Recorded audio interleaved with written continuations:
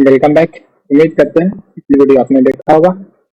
तो आज आगे हम लोग कंटिन्यू करेंगे, ठीक है। क्वेश्चन नंबर जो आपके स्क्रीन पे है पिछली क्लासेस में आपने कर रखा था, तो जल्दी से कमेंट करके बताइएगा। ऋण पत्रों पे दिए गए ब्याज में से काटे गए आयकर को दिखाए जाते हैं। चिट्ठे में संपत्ति की ओर, चिट्ठे में दायित्व की ओर, लाभ हानि खाते के क्रेडिट में, लाभ हानि खाते के डेबिट में। अब आपको बताना है जो इनकम टैक्स आपने काट रखा है, ठीक है, तो वो आपके लिए क्या हो जाएगा, दायित्व हो जाएगा। तो वो हम लोग बैलेंस शीट के लायबिलिटी साइड में रखेंगे, ठीक है। चलिए क्वेश्चन नंबर नेक्स्ट पे आते हैं। ऐसे हम लोग ये 31 पे आएंगे और बताइएगा। क्वेश्चन आपके सामने व्यवसाय की संपत्ति यानी एसेट्स आपको दिया हुआ है 21,315 तथा दायित्व लायबिलिटी आपको दिया हुआ है 4120 रुपया। स्वामी पूंजी होगा। अब आपको बताना है कैपिटल क्या होगा। तो कैपिटल बराबर आपको पता है एसेट्स माइनस लायबिलिटी। एसेट्स का वैल्यू आपको दिया है 21,31,5 माइनस लायबिलिटी आपको दिया हुआ है क्वेश्चन में 1420। तो घटा देना है आपको 5 के 5 9। तो ऑप्शन के हिसाब से बी ऑप्शन सही हो जाएगा, 171 आ जाएगा घटाने के बाद, ठीक है। क्लियर। चलिए बी ऑप्शन सही हो जाएंगे। इसके बाद आगे हम लोग बढ़े क्वेश्चन नंबर 32 को देखते हैं। अब आपके सामने क्वेश्चन दिया हुआ अंतिम रहतिया यानी क्लोजिंग स्टॉक दिया हुआ है 53,400, विक्रय लागत दिया हुआ है यानी कॉस्ट ऑफ गुड्स सोल्ड दिया हुआ 75,000 रुपया, सकल लाभ दिया हुआ 5,000 यानी ग्रॉस प्रॉफिट 5,000, परचेज दिया हुआ है आपको किराया दिया हुआ है 82,000। तो प्रारंभिक रहतिया का मूल्य आपको यानी ओपनिंग स्टॉक क्या है वो आपको बताना है। ये ऑप्शन 46,400, 41,400, 60,400 और 55,400। तो जल्दी से कमेंट करके बताइएगा कि कौन सा आंसर आपको होगा। तो आपको पता है ओपनिंग स्टॉक प्लस परचेज, ठीक है, minus cost of goods sold equal to closing stock भी निकल जाता है। तो जिस तरह से आपको फॉर्मूला याद है उस तरह से पुट कर लेंगे। या तो फिर ट्रेडिंग अकाउंट आएंगे तो उसमें भी हम लोग बना पाएंगे ट्रेडिंग अकाउंट के माध्यम से भी, कि इधर हम लोग ओपनिंग स्टॉक लिखते हैं, उसके बाद परचेज लिखते हैं, उसके बाद यहाँ पे ग्रॉस प्रॉफिट लिखते हैं, ठीक है। और इधर बाई में हम लोग लिखते थे सेल लिखते थे और यहाँ पे क्लोजिंग स्टॉक लिखते हैं। तो जो जो ऑप्शंस में दिया हुआ उसको लिख देंगे। अपने पास दिया हुआ बिक्री का लागत दिया हुआ यानी बिक्री का लागत है यानी सेल की वस्तु की कॉस्ट दिया हुआ है, तो सेलिंग प्राइस आपको बताना है 75,000 आपको दिया हुआ है, बिक्री की लागत है तो विक्रय मूल्य कितना होगा 5,000 रुपया, इस पे प्रॉफिट लेके कर रहा है ना, ये दिया हुआ है आपको 5,000 रुपया यानी 80,000 रुपया। तो सेल अमाउंट कितना हो गया 80,000 हो गया। क्लोजिंग स्टॉक आपको दिया हुआ 53,400, 53,400 आपको दिया हुआ है। अब ओपनिंग स्टॉक आपको निकालना है, परचेज दिया हुआ था आपको, परचेज कहाँ है जी, यहाँ रहा 83,000, 83,000 परचेज है और ग्रोस प्रॉफिट आपको कितना दिया हुआ 5,000 दिया हुआ, ठीक है। तो सम कर लेंगे और सम करने के बाद 34,008,13 1,33,400 और इधर का सम आपको कम आ रहा है 83,87,000। तो बैलेंस अपने को निकालने के लिए तो आपको पता ही है 87,000। तो 400 के 400 आ जाएगा ए और 46,400, ये ऑप्शन सही हो जाएगा। ये तो आपको ट्रेडिंग अकाउंट बना के हम लोगों ने बनाया, ठीक है। ट्रेडिंग अकाउंट के माध्यम से डायरेक्ट फॉर्मूला पे आ जाएंगे तो और आसान हो जाएगा, 2 सेकंड में आपको बन जाएंगे, ठीक है। तो हम लोग देख लेते हैं फॉर्मूला पे आते हैं। अनदर मेथड से जैसे हम लोग बनाते हैं वो भी देख लेते हैं। तो आपने को पता है कि opening stock plus purchase, opening stock plus purchase, opening stock purchase plus cost of goods. जो ये दिया हुआ बिक्री का लागत ये दिया हुआ था cost of goods sold. Opening stock तो अपने पास है नहीं कुछ, प्लस परचेज आपको दिया हुआ था 82,000 और minus cost of goods sold, कहां पे दिया हुआ कॉस्ट ऑफ गुड्स सोल्ड 75,000 रुपया। 75,000 इक्वल टू जो निकल के आ रहा है वो क्लोजिंग स्टॉक अपने को दिया 53,400 उसको भी सोल्व कर लेंगे आसानी से आपको निकल जाएगा। ओपनिंग स्टॉक प्लस अब 82,000 में से 75,000 घटा देंगे, इधर से आपको आ जाएगा 60,000। ठीक है 60,000 ना, नहीं 8,000 नहीं 7,000 ठीक है। 75,000 घटाएंगे तो 7,000 इक्वल टू 53,400। अब इधर वाला आएगा इधर तो ये घट के आ जाएगा आपको 53,400 माइनस 7,000। इसको कर लेते हैं तो 400 को 400 7 से 13। ठीक है इससे भी निकल जाता है, इससे भी निकल जाता है। फॉर्मूला आपको नहीं याद है तो ट्रेडिंग अकाउंट बना के निकाल लीजिएगा। बट ध्यान रखिएगा यहाँ पे सेल लिखाएगा या कॉस्ट ऑफ गुड सेल यहाँ पे लिखते हैं तो ये प्रॉफिट वाला पोर्शन नहीं लिखेंगे। तो जो भी आसान आपको बुझाए उससे सॉल्व कर लेना है। चलिए आगे आते हैं क्वेश्चन नंबर 33। आसान सा क्वेश्चन है, बताइएगा किसी संयुक्त कंपनी के आंतरिक आकर्षण के लिए शैक्षणिक योग्यता है। अब आपको बताना है कोई भी कंपनी का इंटरनल ऑडिटर बनते हैं उसके लिए क्या योग्यता है। कंपनी अधिनियम के अनुसार शिक्षित होना आवश्यक नहीं है, चार्टेड अकाउंटेंट होना चाहिए, चार्टेड अकाउंटेंट या कॉस्ट अकाउंटेंट होना चाहिए, अन्य कोई पेशेवर योग्यता होनी चाहिए। तो आपको बताना है आसान सा क्वेश्चन है। देखिए कोई कंपनी के अंतर्गत आप काम करते हैं किसी कंपनी के अंतर्गत तो उसके लिए कोई योग्यता नहीं है इंटरनल ऑडिटर बनने के लिए। ठीक है तो वे ये ऑप्शन कंपनी अधिनियम के साथ तो शिक्षित होने की कोई आवश्यकता नहीं है, कोई भी काम कर सकते हैं। तो ए ऑप्शन राइट हो जाएगा। चलिए आगे अब हम लोग आते हैं 34 आते हैं। अंशों का हरण किया जाता है तो पूंजी खाते को डेबिट किया जाता है। अब आपको बताना है कोई भी शेयर है उसको फॉरफीट करते हैं। ठीक है तो उस समय फॉरफीट करते हैं तो पूंजी खाते को जब हम लोग डेबिट करते हैं तो जब्त यानी जब्त की गई राशि से या अंशों की मांगी गई यानी कॉल अमाउंट से करते हैं या पेड अप अमाउंट से करते हैं चुकता राशि से या कैपिटल रिजर्व के अमाउंट से डेबिट करते हैं। तो कैपिटल अकाउंट को जब हम लोग डेबिट करते हैं कैपिटल अकाउंट डेबिट और टू शेयर फॉरफीचर जब हम लोग करते हैं कैपिटल रिजर्व जो भी है शेयर फॉरफीच हम लोग करते हैं तो ये जो अमाउंट डेबिट करते हैं वो कॉल मनी से करते हैं यानी मांग की राशि से। तो ये ध्यान में आपको रखना है जितना आपने कॉल कर रखा उसी राशि से डेबिट करते हैं। तो हर एग्जाम में आपको देखने को मिलता है क्वेश्चन, ध्यान रखिएगा। चलिए आगे देखें। सूत्रधारी कंपनियों को सहायता कंपनी के कुल क्षमता अंश में कम से कम अंश क्रय करना अनिवार्य है। अब आपको बताना है कोई दो कंपनी है किसी को परचेज करने की सलाह ले रहे हैं तो आप सहायक कंपनी है सूत्रधारी कंपनी है दोनों में से कोई तो कितना कम से कम 51% लेंगे तब ना आपको उसका अधिकार होगा। ये आपको भी पता है 50-50 में तो दोनों ऑनरशिप इक्वल हो जाता तो कम से कम कितना लेना अनिवार्य 51%। सूत्रधारी कंपनी को सहायता कंपनी के कुल अंशों का कम से कम क्रय करना है 51%। ये ध्यान में आपको रखनी है। आगे देखते हैं क्वेश्चन नंबर 36 आसान से क्वेश्चन, ध्यान रखिए। क्वेश्चन आते हैं सेबी के निर्देशानुसार शोधन के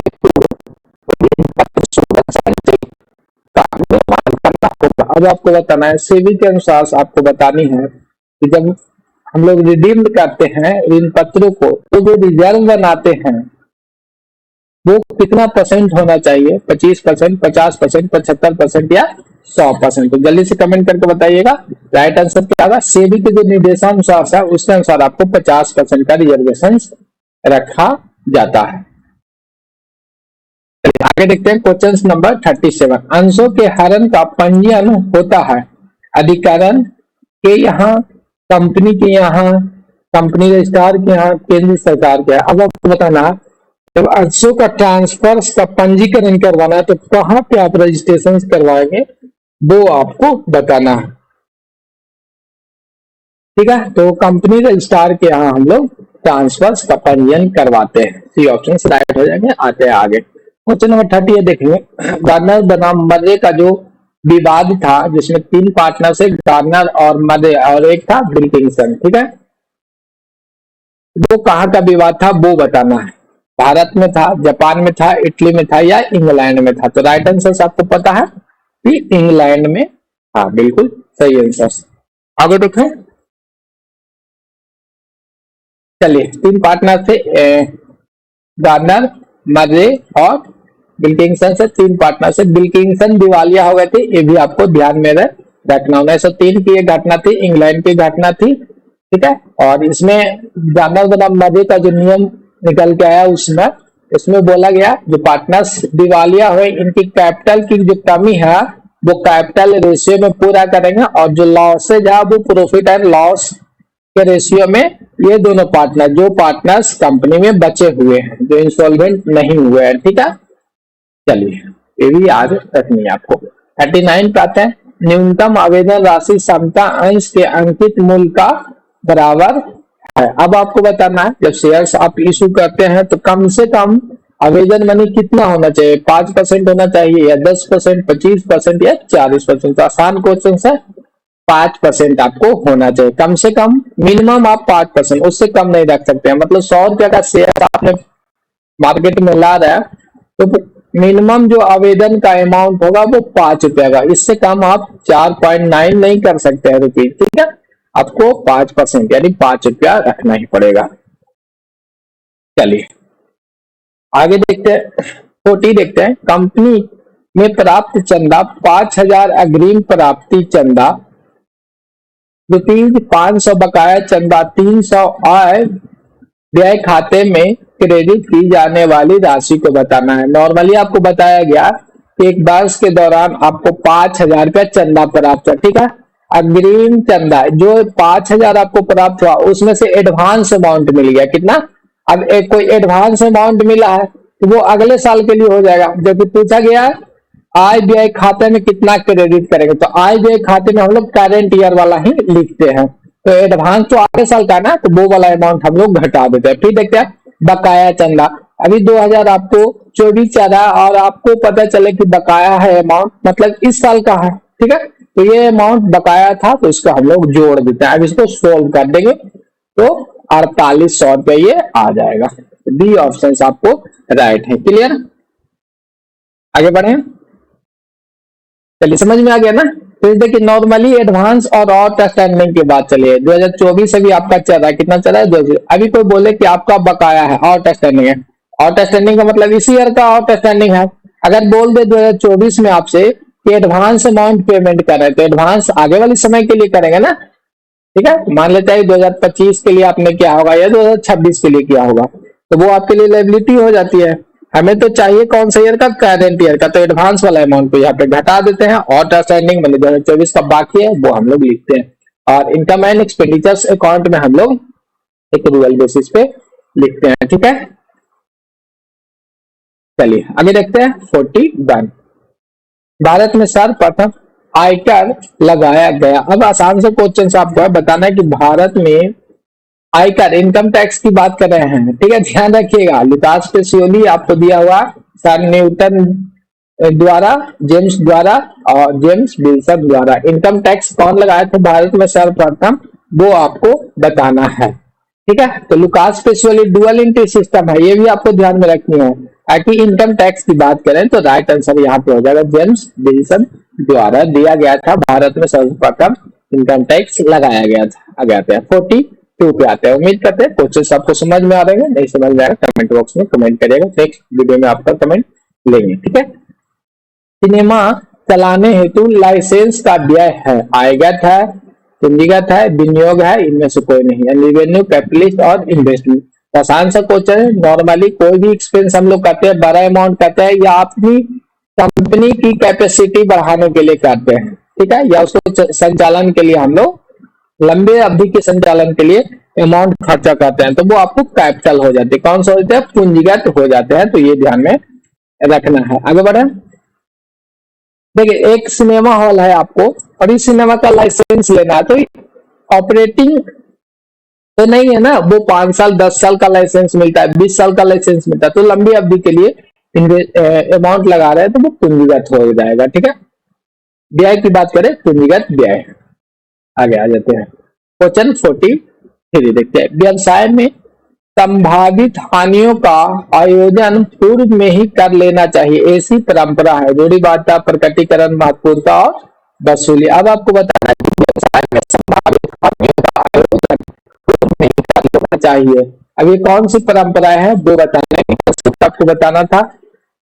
रूढ़िवादिता, प्रकटीकरण, महत्वपूर्ण और वसूली। तो कौन सा ऑप्शन है आपको? ये ऑप्शन है रूढ़िवादिता।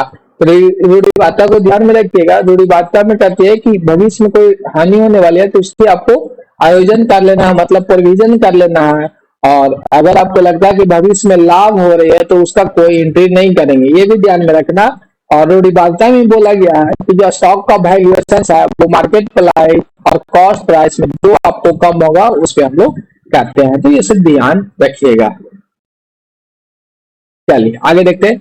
यदि दिया हो संपत्ति 20 लाख, कर 25 और कर पश्चात लाभ 2,25,000, निवल सभी 10 लाख रुपया है, विनियोग प्रत्यय दर बताना है आपको। 10% होगा 12.5, 20% और 25%।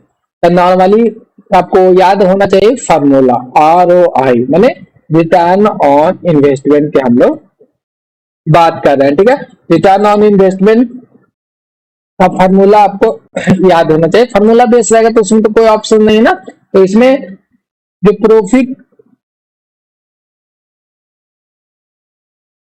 प्रॉफिट बिफोर इनकम टैक्स, ठीक है। जो लाभ है वो कर से पूर्व और बटा एसेट।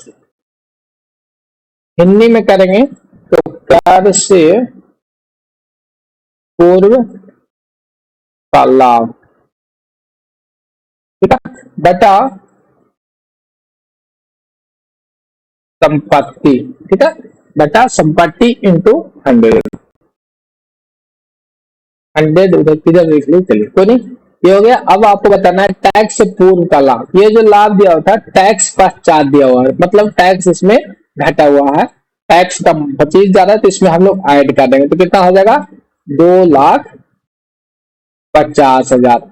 एसेट्स का वैल्यू आपको दिया हुआ है 20 लाख और इंटू 100 करना था। तो 3 जीरो से 3 जीरो, 1 जीरो से 1 जीरो इधर गया, 2 जीरो से इधर 2 जीरो, बचा कितना 12.5, ठीक है। कौन सा ऑप्शन सही है? बी ऑप्शन सही है। तो ध्यान रखिएगा, return on invested equal to profit before income tax. क्या? प्रॉफिट बिफोर इनकम टैक्स,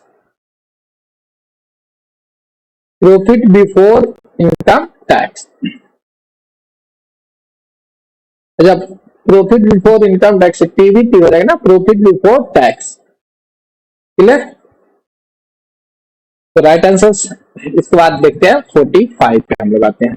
आसान सा क्वेश्चन है, देखेंगे। एक सीमित कंपनी में 28,80,000 रुपए में भूमि एवं भवन क्रय किया। क्रय के प्रतिफल में कंपनी ने 100 रुपये वाले ऋण पर 4% कटौती पे निर्गमित की, तो निर्गमित की गई ऋण पत्रों की संख्या आपको बतानी है। जो डिवेंचर्स इशू कर रहे हैं उसका जो संख्या है वो बताना है। तो आसान सा क्वेश्चन है, ये क्वेश्चन अगर पिछली बार भी हमने आपको करवाया था, पीछे भी 2-3 दिन पहले, तो उम्मीद करते हैं बताइएगा।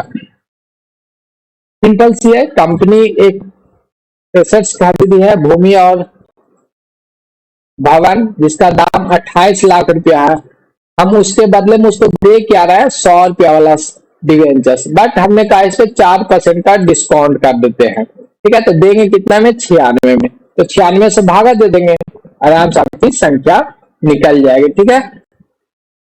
भागा देके देखिएगा कौन सा ऑप्शन आएगा।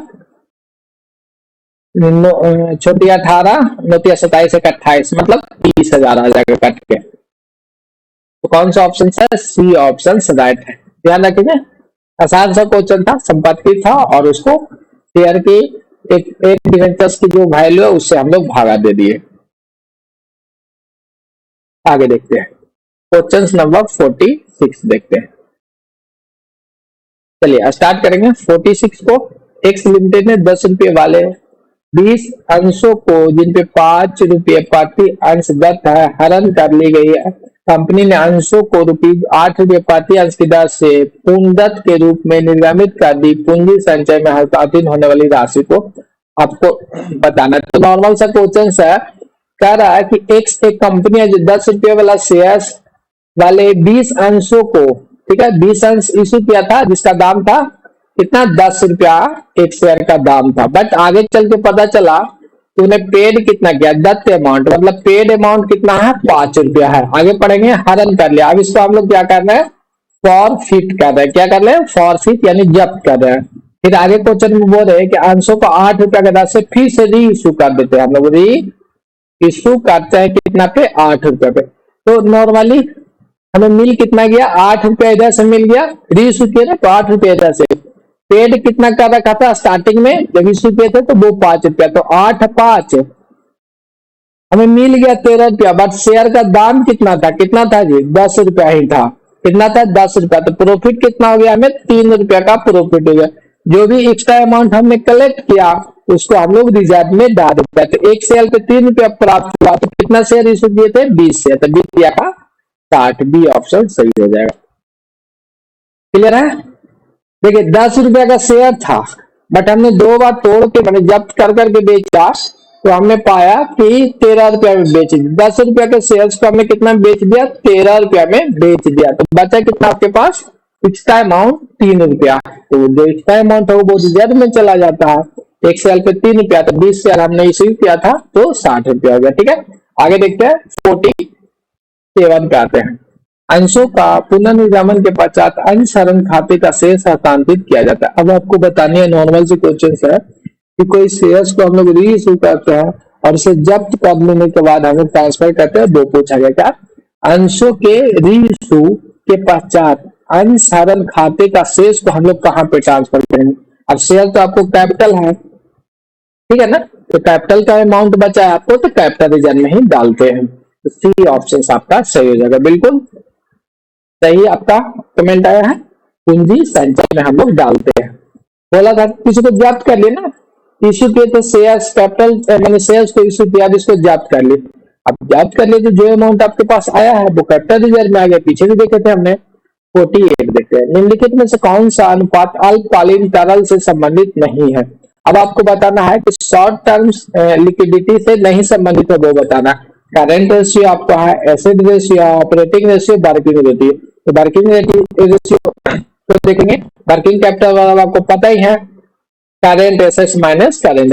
ये तो आपको करंट से ही आ गया, तो ये भी नहीं, मैंने ये तो है बट पूछा है आपको नहीं है, तो आपको ऑपरेटिंग वाला ऑप्शन सही हो जाएगा।